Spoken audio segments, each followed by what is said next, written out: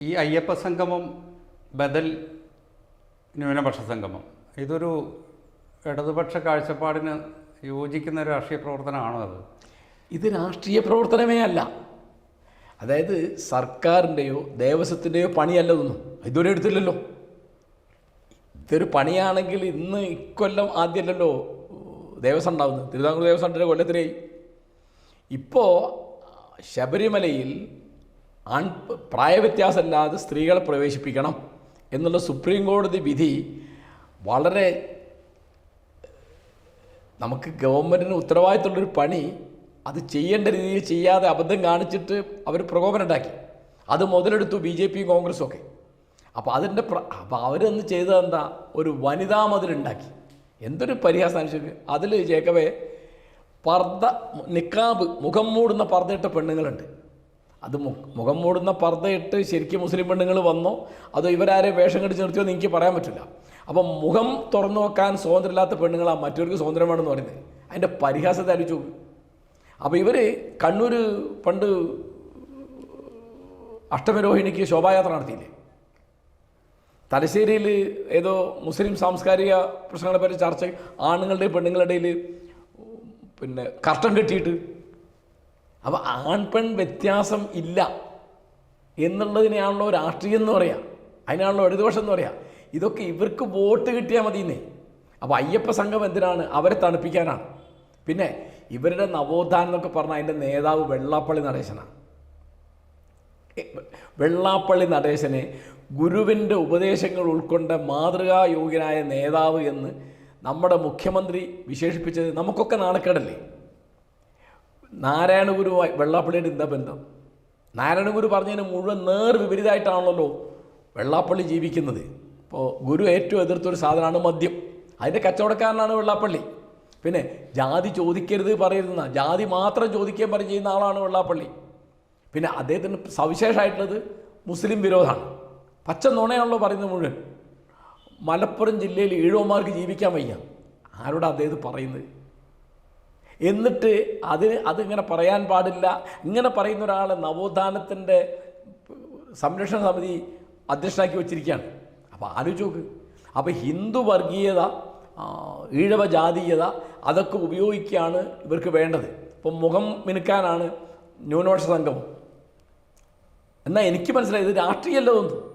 ഇതൊക്കെ വെറും നോട്ടിനും വോട്ടിനും വേണ്ടിയുള്ള പ്രീണനമാണ്. അല്ല, അത് വോട്ട് കൊണ്ടുവരില്ലേ? പറയാൻ പറ്റില്ല, എനിക്കറിഞ്ഞൂടാ. അതായത് ഇപ്പം ഈ വകയിൽ ഇവിടുത്തെ ഒന്നാമത് ഭൂരിപക്ഷ സമുദായത്തിലെ ഹിന്ദു പാരമ്പര്യത്തിലുള്ള ആളുകളൊക്കെ വർഗീയവാദികളാണെന്ന് പറഞ്ഞാൽ ഞാൻ സമ്മതിക്കില്ല. അങ്ങനെയല്ല. പക്ഷേ എല്ലാ മുസ്ലിം വിഭാഗങ്ങളും ഇപ്പോൾ LDFനെതിരാണ്. അത് ജമാഅത്തെ ഇസ്ലാമി ആണെങ്കിലും SDPI ആണെങ്കിലും സുന്നി ആണെങ്കിലും സമസ്തയാണെങ്കിലും മുജാഹിദ് ആണെങ്കിലും ഒക്കെ എതിരാണ്. അപ്പോൾ പിന്നെ അത് പൊലിപ്പിച്ച് കാണിച്ചിട്ട് മറ്റിടത്ത് പിന്തുണ നേടാനാണ് ഈ പണിയൊക്കെ. അതുകൊണ്ടാണ് ജമാഅത്തെ ഇസ്ലാമിയെ എതിർക്കുന്ന പുസ്തകം KT കുഞ്ഞിക്കണ്ണൻ എഴുതി. അത് പോരാഞ്ഞിട്ട് ഇപ്പോൾ P ജയരാജൻ എഴുതി. പിന്നെ നിരന്തരം KT ജലീൽ പ്രസംഗിക്കുന്നു. അപ്പോൾ ജമാഅത്തെ ഇസ്ലാമി എന്തോ വലിയ ആപത്ത് ഇപ്പോൾ വന്ന മാതിരിയാണ്. ജമാഅത്തിനവർ സമയാസമയങ്ങളിൽ കൂട്ടുപിടിച്ച ആൾക്കാരവർ. പിന്നെ കൂട്ടുപിടിച്ച പണി UDF എടുത്തിട്ടുണ്ട്. LDF മാത്രം എടുത്തോ എന്നല്ലത്. ഇപ്പോൾ അബ്ദുൽ നാസർ മദനി അവർ കൂട്ടുപിടിച്ചില്ലേ? ഇപ്പം മുസ്ലിം ലീഗിനെ എതിർക്കുന്നവർ മുസ്ലിം ലീഗിന് വർഗീയത പോരാന്ന് പറഞ്ഞിട്ടാണല്ലോ 1994 INL ഉണ്ടായത്. INL ഇവരുടെ കൂടെയല്ലേ? INLൻ്റെ മന്ത്രിയായിരുന്നില്ലേ അഹമ്മദ് ദേവർ കോവിൽ? അപ്പോൾ എന്താ INLും മുസ്ലിമായിട്ട് എന്താ പ്രത്യയശാസ്ത്രപരമായ എന്താ വ്യത്യാസമുള്ളത്? അവരുടെ കൂടെ നിൽക്കുമ്പോൾ അത് മതേതരം, അവർക്ക് എതിരാകുമ്പോൾ അത് വർഗീയം. ഇതാണല്ലോ നിർവചനം. അല്ല, അത് പക്ഷേ കേരളത്തിലെ വോട്ടെടുപ്പ് രാഷ്ട്രീയത്തിൽ വളരെ സക്സസ്ഫുൾ ആയിട്ട് പ്രയോഗിച്ചൊരു സംഗതിയല്ലേ ആണ്? അല്ല, സക്സസ്ഫുൾ ആയതുകൊണ്ടൊന്നും ശരിയാവില്ലല്ലോ. EMS എന്ന് പറഞ്ഞൊരു വാചകം എന്താ? ഏത് ചെകുത്താനെ കൂട്ടുപിടിച്ചെന്നാ ആണ്. തത്വശാസ്ത്രമൊന്നും വേണ്ട അതിന്, പ്രത്യയശാസ്ത്രം വേണ്ട അതിന്, ആദർശം വേണ്ട അതിന്. ജയിച്ചാൽ മതി, ജയിച്ചാൽ ശരിയാവുന്ന. ജയിക്കുന്നത് ശരി, അങ്ങനെ ശരിയുണ്ടോ? ജയിച്ചാലും തോറ്റാലും ശരിയും തെറ്റും വേറെ, അങ്ങനെയാണല്ലോ. അത് വേറെ വേറെയാണ്. അതായത് പിന്നെ എങ്ങനെയാണ് ഒരു കേരളത്തിൽ ഇതേവരെ ഇല്ലാത്ത രീതിയിൽ ഒരു തുടർഭരണം LDF സാധ്യമാക്കിയെടുത്തത്? തുടർഭരണം സാധ്യമാക്കിയത് കഴിഞ്ഞ തവണ ഇപ്പോൾ രണ്ടാം പിണറായി സർക്കാർ വന്നതായിട്ട് ഞാൻ വിചാരിക്കുന്നത് അവർ ഈ കോവിഡിൻ്റെ കാലത്ത് പ്രളയകാലത്ത് വളരെ കാര്യപ്രാപ്തിയോട് പെരുമാറി. അത് UDF ആണെങ്കിൽ അങ്ങനെ പെരുമാറുകയില്ല എന്ന് ജനങ്ങൾക്ക് തോന്നി ശരിയാണ്. കാരണം കാര്യപ്രാപ്തി വളരെ കുറവാണ് കോൺഗ്രസ്സിന്. കാര്യപ്രാപ്തി കോൺഗ്രസിനേക്കാളുള്ള പാർട്ടിയാണ് മുസ്ലിം ലീഗ്. അപ്പോൾ കോൺഗ്രസിൻ്റെ നേതൃത്വത്തിൽ വിശ്വാസമില്ല, UDFൻ്റെ കാര്യപ്രാപ്തിയിൽ വിശ്വാസമില്ല. തൽക്കാലം ഈ രണ്ട് വലിയ ദുരന്തങ്ങളാണല്ലോ വന്നത്. 2018-ലും 2019-ലും പ്രളയം വന്നു, പിന്നെ 2020-ൽ കോവിഡ് വന്നു. അപ്പോൾ അത് രണ്ടും അവർക്ക് പ്രയോജനം അവർ ചെയ്തിട്ടുണ്ട്. അതായത് കോവിഡിൻ്റെ കാലത്തും പ്രളയത്തിൻ്റെ കാലത്തും LDF കാര്യപ്രാപ്തിയോടുകൂടി പെരുമാറി എന്നുള്ള അഭിപ്രായമുള്ള ആളാണ് ഞാൻ. അതാണ് അതിൻ്റെ കാരണം, അല്ല രാഷ്ട്രീയം അല്ലാതെ. അല്ല അതിലിപ്പം UDF വേണ്ട എന്ന് തീരുമാനിക്കാനുള്ള ഒരു രാഷ്ട്രീയ മനസ്സ് മാറിയിട്ടുണ്ട് കേരളത്തിലിപ്പോൾ. അതിപ്പോൾ എനിക്ക് പറയാൻ പറ്റില്ല. എന്താ കാരണം വെച്ചാൽ അതിൽ വന്ന ഒരു പ്രധാന അത് മാറി എന്നിപ്പോൾ അത് കഴിഞ്ഞിട്ട് വന്ന ലോക്സഭാ ഇലക്ഷനിലൊക്കെ UDF ആണ് നേടിയത്. പിന്നെ ഇടക്കാല തെരഞ്ഞെടുപ്പ് മുഴുവൻ UDF നേടി. ഇപ്പോൾ വന്നത് രാഹുൽ മാങ്കൂട്ടത്തിൻ്റെ പ്രശ്നമാണ്. അതിൻ്റെ ഇമ്പാക്റ്റ് എന്താണ് എന്ന് എനിക്കിപ്പം കൃത്യമായിട്ട് പറയാൻ പറ്റില്ല. ഇപ്പോൾ ഇലക്ഷനിലേക്ക് ഇനിയും ദൂരം ഉണ്ടല്ലോ അതിന്. പക്ഷേ തദ്ദേശ സ്വയംഭരണ തെരഞ്ഞെടുപ്പ് ഇവിടെ അടുത്തില്ലേ? അതിപ്പം മറുഭാഗത്തും അത്തരം കേസുകൾ ഒരുപാടില്ലേ? അല്ല, പക്ഷേ ഇമ്മീഡിയറ്റ് ആയിട്ടുള്ള ആൾക്കാർക്ക് ഓർമ്മ ഉണ്ടാവുക. ഇപ്പോൾ PK ശശി, അല്ലെങ്കിൽ M വിൻസെൻ്റ്, അല്ലെങ്കിൽ എൽദോസ് കുന്നപ്പള്ളി, അതൊക്കെ ആൾക്കാരുടെ മറവി. ഇപ്പോൾ പബ്ലിക് മെമ്മറി ഷോട്ട് എന്ന് പറയല്ലോ, പൊതുജനങ്ങളുടെ ഓർമ്മ വളരെ ഹ്രസ്വമാണ്. അത് രാഹുലിൻ്റെ കാര്യത്തിൽ UDF അല്ലെങ്കിൽ കോൺഗ്രസ് നേതൃത്വം സാമാന്യമായി എടുക്കാവുന്ന നടപടികളൊക്കെ എടുത്തില്ലേ? എടുത്തു. അതായത് ഇപ്പോൾ അയാളെ യൂത്ത് കോൺഗ്രസ് പ്രസിഡന്റ് സ്ഥാനത്ത് നിന്ന് ഒഴിവാക്കി, നിയമസഭാ കക്ഷി പുറത്താക്കി, പാർട്ടിയിൽ തന്നെ പ്രാഥമിക അംഗത്വം സസ്പെൻഡ് ചെയ്തു. പക്ഷെ അദ്ദേഹം ഇപ്പോഴും MLA ആണ്. അല്ല അതിൽ കൂടുതൽ എന്താണ് ഒരു പാർട്ടിക്ക്? അല്ല, അദ്ദേഹം കാണിക്കേണ്ടത് അദ്ദേഹം രാജിവെക്കണം.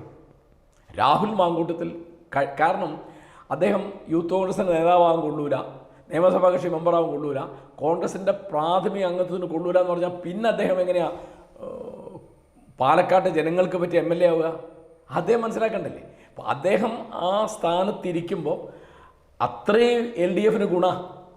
കാരണം അത് അടുത്ത ഇലക്ഷൻ വരെ അതിങ്ങനെ കത്തിച്ച് നിർത്താൻ, അത് സജീവമാക്കി നിർത്താൻ, ലൈവാക്കി നിർത്താൻ LDFന് വളരെ സൗകര്യമാണത്. അത് രാജിവെക്കുന്നത് കൊണ്ടുള്ള ഗുണം UDFനും രാജിവെക്കാത്തതുകൊണ്ടുള്ള ഗുണം LDFനുമാണെന്നാണ് എൻ്റെ കണക്ക്. കാരണം കണ്ടില്ലേ എന്ന് അത് മറ്റൊക്കെ മറന്നു ആൾക്കാർ. ഇപ്പോൾ P ശശി എന്തിനാണ് പാർട്ടിയിൽ നിന്ന് പുറത്താക്കിയെന്ന് ആർക്കും ഓർമ്മയുണ്ടോ? അല്ലെ PK ശശിക്ക് എന്താ സംഭവിച്ചത്? അപ്പോൾ കഴിയുന്ന വേഗം രാഹുൽ മാങ്കൂട്ടത്തിൽ രാജിവെക്കണം. രാജിവെക്കുന്നില്ല അതിൻ്റെ അർത്ഥം അദ്ദേഹത്തിന് തന്നെ ജയിപ്പിച്ച പാർട്ടിയോടോ ആ മുന്നണിയോടോ അല്ലെങ്കിൽ വോട്ട് ചെയ്ത ജനങ്ങളോടോ ഒരു പ്രതിബദ്ധത ഇല്ലാന്ന് ഞാൻ മനസ്സിലാക്കുക. മാഷ് രാഹുൽ മാങ്കൂട്ടത്തെ അനുകൂലിച്ച് സംസാരിച്ചു എന്നുള്ള ഞാൻ സംസാരിച്ചില്ലല്ലോ. ആരാ ചേക്കനോട് ഇങ്ങനെ പറഞ്ഞ് അനുകൂലിച്ച് ഞാൻ അയാളൊരു ചെറുപ്പക്കാരനാണ്, അയാൾക്ക് തെറ്റുപറ്റിയെന്നാൽ തിരിച്ചറിയണം, അത് ഏറ്റു പറയണം, അയാൾക്ക് തെറ്റുതിരുത്താൻ അവസരം കൊടുക്കണം. അയാൾ ആദ്യം വേണ്ടത് രാജിവെക്കാനെന്ന് പറഞ്ഞ് രാജിവെക്കാനെന്ന് പറഞ്ഞ ഭാഗം മുറിച്ച് കളഞ്ഞിട്ടാണ് വീഡിയോ ഉണ്ടാക്കിയത്. അപ്പോൾ പിന്നെ അയാളെ സപ്പോർട്ട് ചെയ്ത മാതിരിയായി. അയാൾ രാജിവെക്കണം എന്നാണ് ഞാൻ തുടക്കത്തിലേ പറയുന്നതാണ്. രാഹുൽ മാങ്കൂട്ടത്തിൽ കഴിയുന്ന വേഗം രാജിവെക്കണം. ഞാൻ എല്ലാ ചാനൽ ചർച്ചയിലും പറഞ്ഞത്. പിന്നെ ഒരു ചർച്ചയിൽ ഞാൻ പറഞ്ഞിരുന്നു, അയാൾ ചെറുപ്പക്കാരനാണ്, എനിക്ക് അയാളെ പറ്റി പ്രതീക്ഷ ഉണ്ടായിരുന്നു. എനിക്കല്ല പലർക്കും പ്രതീക്ഷ ഉണ്ടായിരുന്നു. മനുഷ്യൻ തെറ്റുപറ്റും, തെറ്റയാൾ ഏറ്റു പറയണം, അതിന് പ്രായശ്ചിത്തം ചെയ്യണം, അതിന് പരിഹാരം ചെയ്യണം, അതിന് ശിക്ഷ ഏൽക്കണം, രാജിവെക്കണം. ആദ്യത്തെ പണി രാജിവെക്കുകയാണ്. അതായതിപ്പം രാഹുൽ മാങ്കൂട്ടത്തിൽ രാജിവെക്കണം എന്നാണല്ലോ CPM പറഞ്ഞു, അല്ല തൂക്കിക്കൊള്ളുന്ന അവർ പറയുന്നു. രാഹുൽ മാങ്കൂട്ടത്തിനെ തൂക്കിക്കൊള്ളുന്ന CPM പറയില്ല, ഉണ്ടോ? ഇല്ല. അവർ പറഞ്ഞ് രാജിവെക്കണം. ഞാനും പറഞ്ഞത് തന്നെ രാജിവെക്കണമെന്ന്. രാജിവെക്കേണ്ട ഞാൻ എവിടെയും പറഞ്ഞിട്ടില്ല. പിന്നെ VD സതീശനാണ് ഒരു വളരെ കർക്കശമായ നിലപാടെടുത്തതെങ്കിൽ അദ്ദേഹത്തെ കോൺഗ്രസ്സുകാർ ഒറ്റപ്പെടുത്തുന്നുണ്ടെങ്കിൽ ആ ഒറ്റപ്പെടുത്തുന്നത് ആത്മഹത്യാപരമാണെന്ന് ഞാൻ നേരത്തെ പറഞ്ഞിട്ട് ഇപ്പോഴും ഞാനത് പറയുന്നു. ഞാൻ രാഹുൽ മാങ്കൂട്ടത്തിന് ഞാനിതിനെ ന്യായീകരിക്കുന്നത് എന്ത് കാര്യത്തിന്? എനിക്ക് കോൺഗ്രസിനോട് യാതൊരു പ്രതിബദ്ധതയില്ല. അല്ല, മാഷിനെ കുറിച്ച് ആരോപിക്കുന്നത് മാഷക്ക് കോൺഗ്രസ് മനസ്സുണ്ടെന്നുള്ളതാണ്. അതെ, കോൺഗ്രസ് മനസ്സുണ്ടെങ്കിൽ രാജിവെക്കണം എന്നാണല്ലോ പറയുന്നത്. കോൺഗ്രസ് മനസ്സുണ്ടെങ്കിൽ ഇപ്പോൾ ഉമാ തോമസ് എന്താ പറയുന്നത്? കോൺഗ്രസ് അല്ലേ? അല്ലേ ഷാനിമോൾ ഉസ്മാൻ എന്താ പറയുന്നത്? കോൺഗ്രസ് അല്ലേ? ഉദാഹരണം പറയണേ ഞാൻ. അദ്ദേഹം രാജിവെക്കണം എന്ന് പറഞ്ഞാൽ പല കോൺഗ്രസ്സുകാരുണ്ടല്ലോ. അദ്ദേഹത്തെ ന്യായീകരിച്ച് പരസ്യമായി ന്യായീകരിക്കുന്ന ഒരു കോൺഗ്രസ്സുകാരനുമില്ല. രഹസ്യമായിട്ട് ന്യായീകരിക്കണ്ടാവും, എനിക്ക് പറയാൻ പറ്റില്ല. ഞാൻ കോൺഗ്രസ് ആണെന്ന് തന്നെ വെക്കാം. അപ്പോഴും ഞാൻ പറഞ്ഞത് രാജിവെക്കണം എന്നാണ്. അദ്ദേഹം രാജിവെക്കണം എന്നാണ് CPM LDF ഒക്കെ പറഞ്ഞത്. അത് തന്നെ ഞാനും പറഞ്ഞത്. അപ്പം ഞാൻ അദ്ദേഹത്തെ പറ്റി എനിക്ക് പ്രതീക്ഷ ഉണ്ടായിരുന്നു. അയാൾ തെറ്റ് തിരുത്തണം എന്ന് പറഞ്ഞത് മാത്രം എടുത്തിട്ട് മറ്റേ ഭാഗം മുറിച്ചളത്തിട്ടാണ് വീഡിയോ ഉണ്ടാക്കുന്നത്. അപ്പോൾ ഒന്നും ചെയ്യാൻ പറ്റില്ല. കാര്യം മനസ്സിലായോ? രാജിവെക്കണ്ട എന്ന് ഞാൻ പറഞ്ഞിട്ടില്ല. രാജിവെക്കണമെന്ന് പറഞ്ഞിട്ടുണ്ട്. പിന്നെ പുറത്തെത്താൻ വേണ്ട അത് തൂക്കിക്കൊള്ളണമെന്ന് പറഞ്ഞിട്ടില്ല. അല്ല, അത് പക്ഷേ ഒരു CPM മെഷീനറി ആണോ ഈ സംഗതി ഉപയോഗിക്കുന്നത് മാഷക്കെതിരെ? ഏത്? അല്ല, അതെനിക്ക് അറിഞ്ഞൂടത്. ഞാൻ അതിനെപ്പറ്റി, കാരണം ഞാൻ ഇലക്ഷൻ നിൽക്കുന്നില്ലല്ലോ. അപ്പോൾ പിന്നെ നിങ്ങൾ എന്ത് പ്രചരിപ്പിച്ചാലും എന്നെ ബാധിക്കില്ല. ഞാൻ ഇലക്ഷൻ നിൽക്കുന്നുണ്ടെങ്കിൽ എന്നെ ബാധിക്കും. കാരണം ജനങ്ങൾ അത് മനസ്സിലാക്കിയാൽ എനിക്ക് ബുദ്ധിമുട്ട്. എങ്ങനെയാണ് മാഷക്ക് ഇങ്ങനെ സർവതന്ത്ര സ്വതന്ത്രമായിട്ട് ഇങ്ങനെ ഒരു സാമൂഹ്യ ജീവിതവും രാഷ്ട്രീയ കാഴ്ചപ്പാടും വിമർശനവും നടത്താൻ പറ്റുന്നത്? മാഷക്ക് അതൊരു അപ്പോൾ സാധാരണ ആളുകളെ സംബന്ധിച്ച് ബുദ്ധിമുട്ടുണ്ടാക്കുന്നൊരു അവസ്ഥയല്ലേ അത്? എന്താ അത്? ഞാൻ കോൺഗ്രസ് അല്ല, ഞാൻ CPM അല്ല, ഞാനൊന്നുമല്ല, ഞാനിങ്ങനെ സ്വതന്ത്രനായി നിൽക്കുന്നു. ഞാൻ എൻ്റെ ചുറ്റുപാട് നടക്കുന്ന കാര്യങ്ങൾ എൻ്റെ പരിമിതമായ അറിവും ബുദ്ധിയും വെച്ച് നിരീക്ഷിച്ച് അതിൽ ശരിയെന്ന് തോന്നുന്നത് പറയുന്ന ഒരാളാണ്. തെറ്റുപറ്റിയെന്നവരെ ഒരു ബുദ്ധിമുട്ടില്ല എനിക്ക്. കാരണം എനിക്ക് നേതാവുമില്ല, അനുയായമില്ല. എനിക്ക് ആരോട് ചോദിക്കേണ്ട ഒരു കാര്യം പറയാൻ.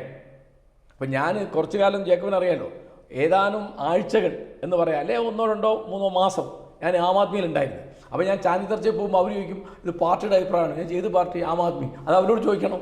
ഞാൻ അന്നും അങ്ങനെയാണ് പറഞ്ഞിരുന്നത്. ആം ആദ്മി പാർട്ടിയുടെ വക്താവണമെന്ന് അവരെന്നോട് ഞാൻ പറഞ്ഞ ആവില്ല. കാരണം ഞാൻ എൻ്റെ അഭിപ്രായം പറഞ്ഞ ആളാണ്.